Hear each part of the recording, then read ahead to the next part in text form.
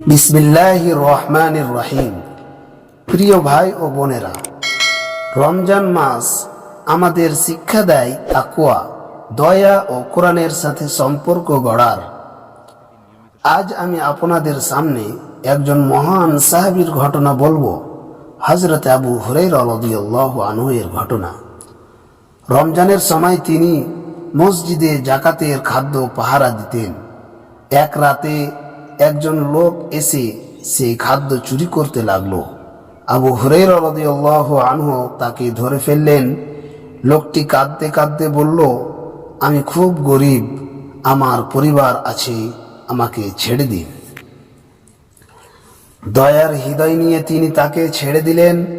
সকালে যখন তিনি বিষয়টি রাসূলুল্লাহ সাল্লাল্লাহু আলাইহি ওয়াসাল্লামের কাছে বললেন, তখন মুহাম্মদ সাল্লাল্লাহু আলাইহি ওয়াসাল্লাম বললেন, সে তোমাকে মিথ্যা বলেছে, সে আবার আসবে। দ্বিতীয় রাতেও একই ঘটনা ঘটল, আবারও তিনি ছেড়ে দিলেন। তৃতীয় রাতে লোকটি বলল, আমি তোমাকে এমন একটি আমল শিখাবো যা পড়লে আল্লাহ তোমাকে রক্ষা করবেন। সে বলল, ঘুমানোর আগে আয়াতুল কুরসি পড়বে, তাহলে শয়তান তোমার কাছে আসতে পারবে না। সকালে রাসূল সাল্লাল্লাহু আলাইহি সাল্লাম বললেন, সে মিথ্যাবাদী হলেও এবার সত্য বলেছে, সে ছিল শয়তান। এই ঘটনা থেকে আমাদের শিক্ষা, 1 নম্বর শিক্ষা, কোরআনের শক্তি অপরিসীম। রমজানে আমরা কোরআন বেশি পড়ব, বিশেষ করে আয়াতুল কুরসি। 2 নম্বর, দয়া ও ক্ষমা রমজানের মূল শিক্ষা।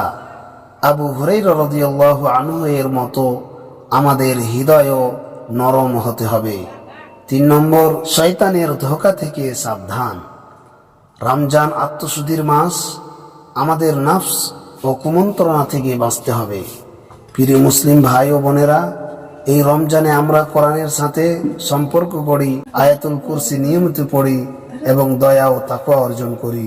আল্লাহ আমাদের সবাইকে আমল করার তৌফিক দান করুন। আমিন।